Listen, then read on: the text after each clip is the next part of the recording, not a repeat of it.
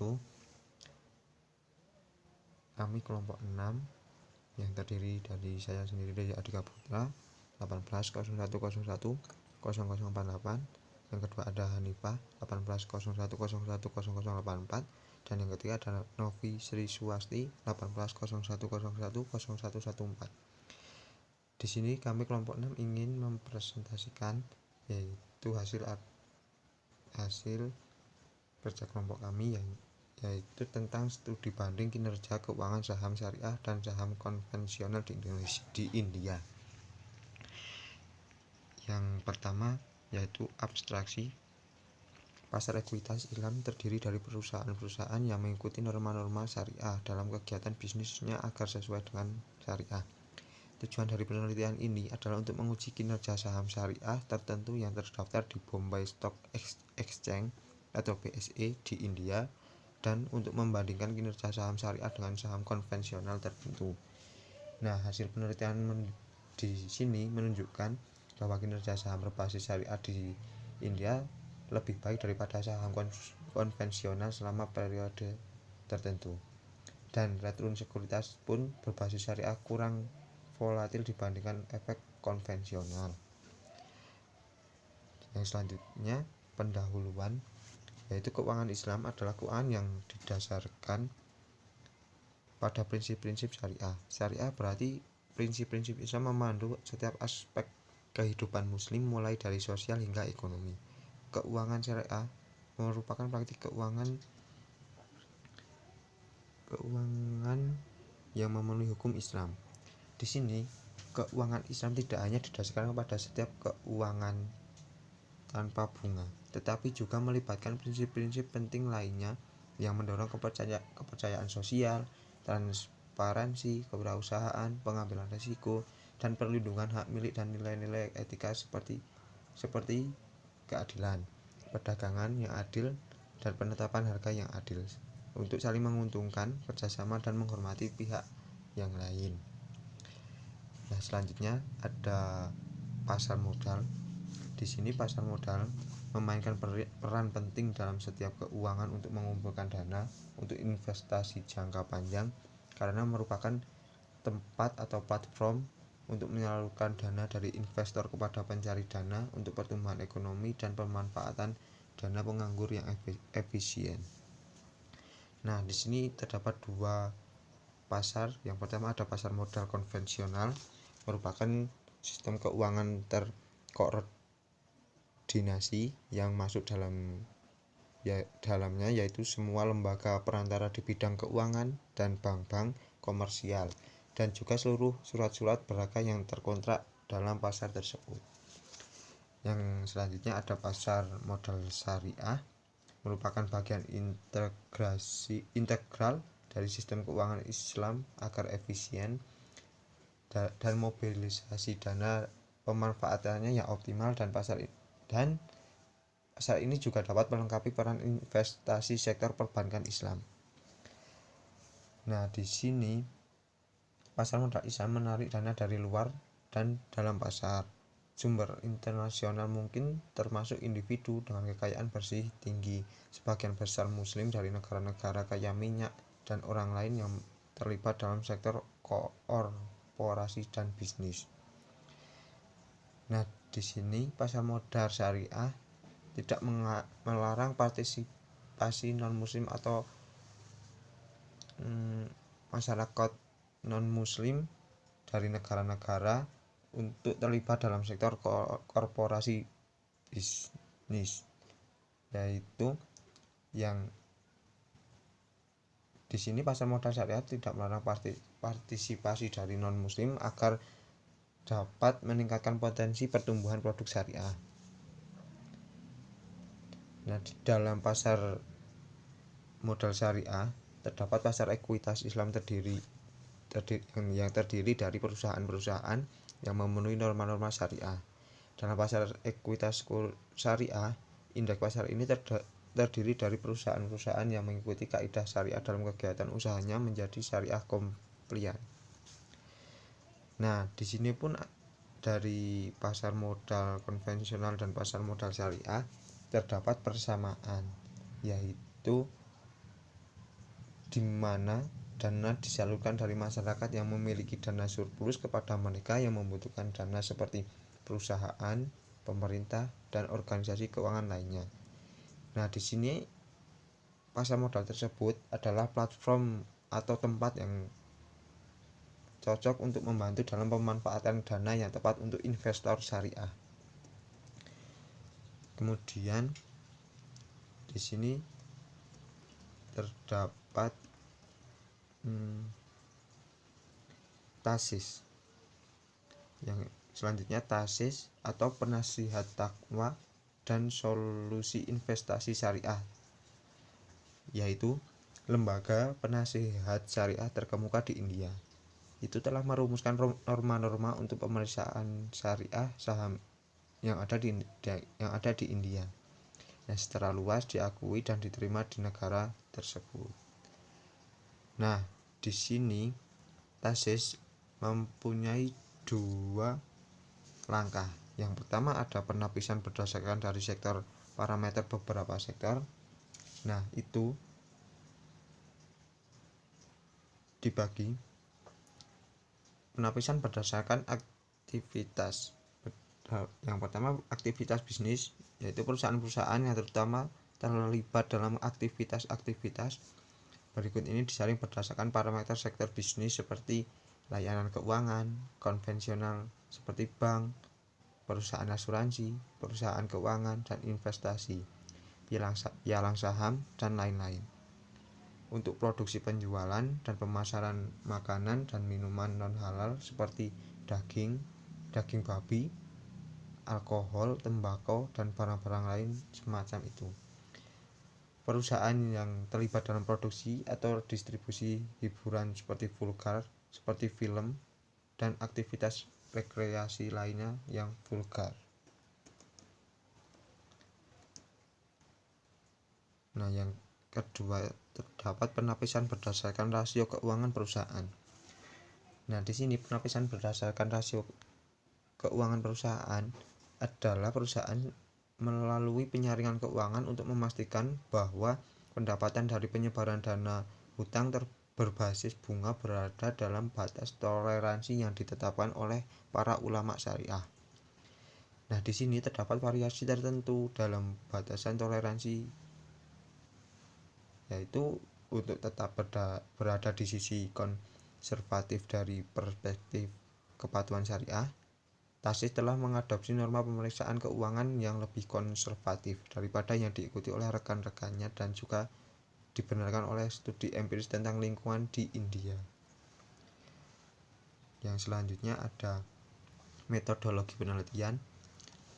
Metodologi penelitian yang pertama yaitu tujuan dari penelitian ini adalah untuk menganalisis risiko dan return yang terkait dengan saham berbasis syariah yang terdaftar di BSE atau Bombay Stock Exchange. Di sini peneliti menganalisis risiko dan return yang terkait dengan saham konvensional yang terdaftar di BSE untuk mengevaluasi kinerja portofolio saham syariah dengan menggunakan Sharpe, Traynor, dan Jensen. Nah, di sini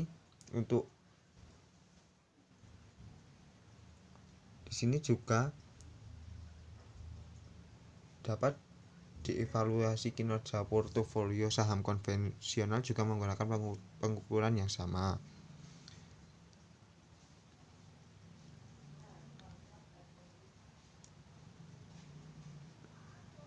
Yang kedua ada data diambil berdasarkan data sekunder, yaitu penelitian di sini menggunakan data sekunder yang data telah dikumpulkan dari berbagai sumber seperti laporan tahunan, perusahaan, jurnal, dan situs web yang terkait.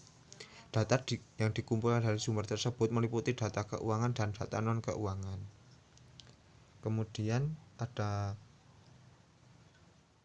menggunakan ukuran kinerja yang disesuaikan dengan risiko.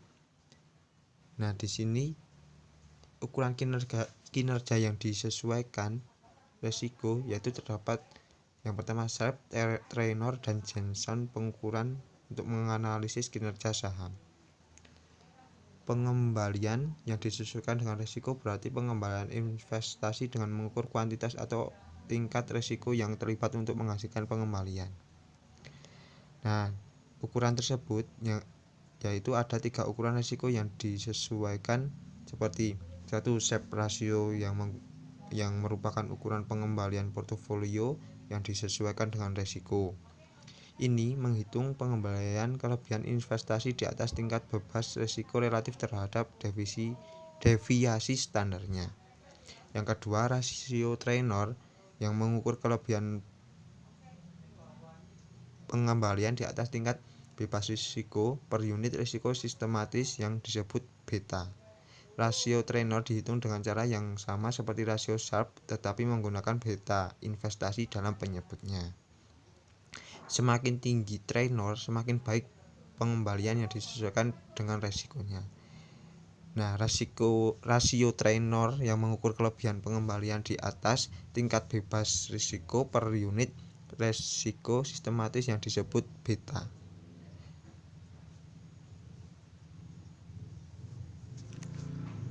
Cukup sekian dari saya.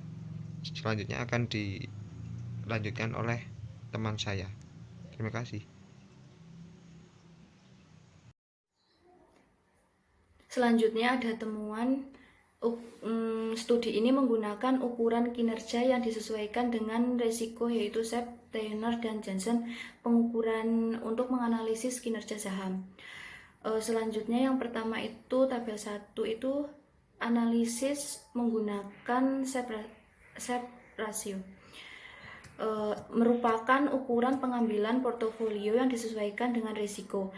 Ini menghitung pengembalian kelebihan investasi di atas tingkat bebas risiko relatif terhadap deviasi standarnya.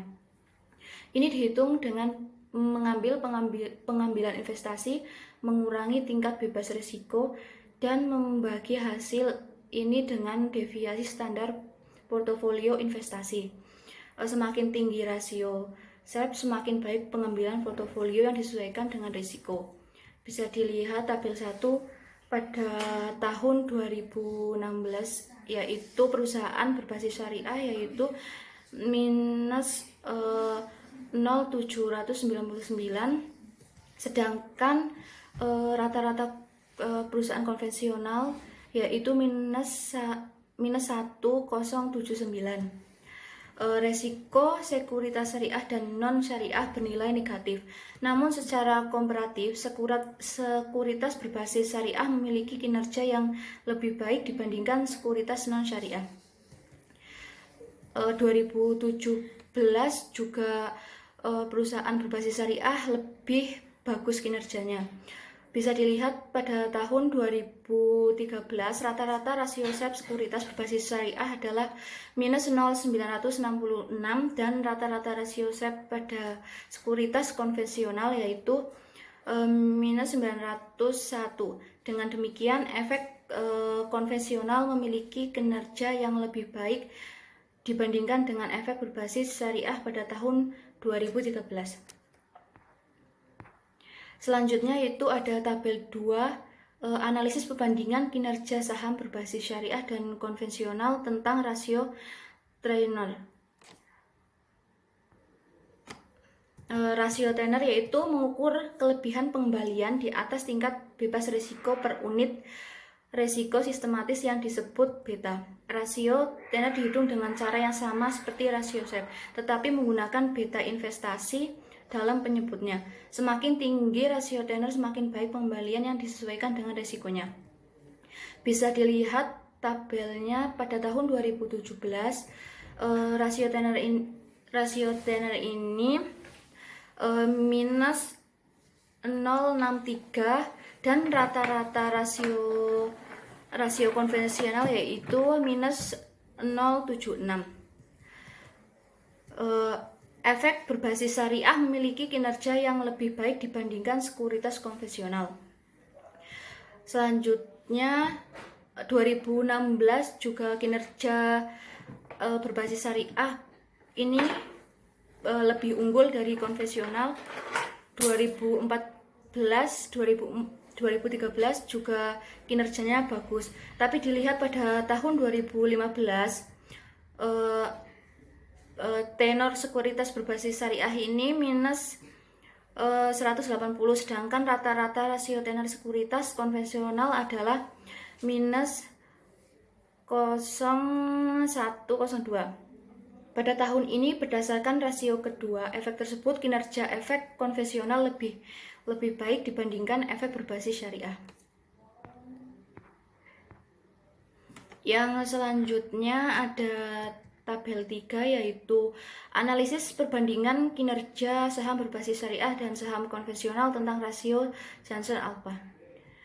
Johnson-Alpha yaitu memperhitungkan excess return yang diperoleh sebuah portofolio melebihi hasil yang diharapkan.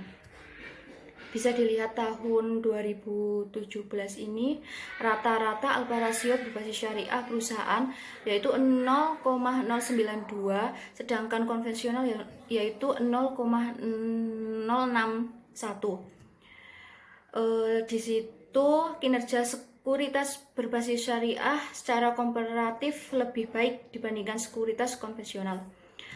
Pada tahun 2015 juga sekuritas berbasis syariah bekerja lebih baik daripada sekuritas konvensional.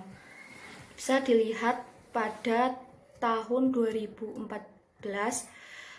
rata-rata Johnson-Alpha rasio berbasis syariah perusahaan yaitu 0,84 dan konvensional yaitu rata-ratanya 0,105.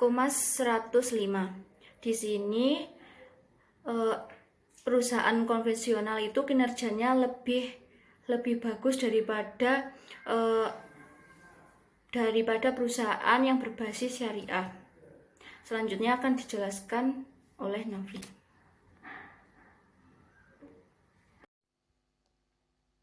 Di sini saya akan melanjutkan presentasi dari Mbak Hanifah. Di diskusi ini sebelumnya pada penelitian ini bertujuan untuk memahami resiko dan return kinerja saham syariah dan saham konvensional yang telah terdaftar di BSE dengan mempertimbangkan 10 saham syariah yang secara konsisten telah terdaftar di S&P BSE Syariah di India. Telah dilihat di tabel sebelumnya terdapat 3 rasio untuk membandingkan kinerja saham syariah dan konvensional. Dan hasilnya yang pertama di rasio Sharpe, kinerja saham syariah lebih unggul daripada bank konvensional yang telah dibuktikan unggul dari tahun 2014 sampai 2017. Yang kedua, rasio Traynor, kinerja saham bank konvensional lebih unggul daripada bank syariah dengan dibuktikan rata-rata perbandingan tadi dari tahun 2014 sampai 2016. Kemudian di rasio Johnson-Alpha, rata-rata performa saham di bank syariah lebih unggul daripada di bank konvensional, dibuktikan di tahun 2014 sampai 2017. Selanjutnya terdapat beberapa penelitian terdahulu yang diambil di penelitian ini. Yang pertama ada Mohammed dan Ruby tahun 2008, Beck dan Arsianti tahun 2015 yang menjelaskan bahwa saham syariah ini lebih unggul daripada saham konvensional di tahun tertentu. Yang kedua, Spence, Neger, Wong, dan Grau di tahun 2012, Ibrahim dan Mirakor tahun 2014, Genourgios, Naifar dan Dimitrov tahun 2016 menjelaskan bahwa pengembalian sekuritas yang sesuai dengan syariah kurang stabil dibandingkan dengan sekuritas di bank konvensional atau saham konvensional. Yang ketiga yaitu dari Abdul Rahman et al. 2010, Lo 2010 dan Arif tahun 1988 menyatakan bahwa spekulasi itu dilarang di saham syariah.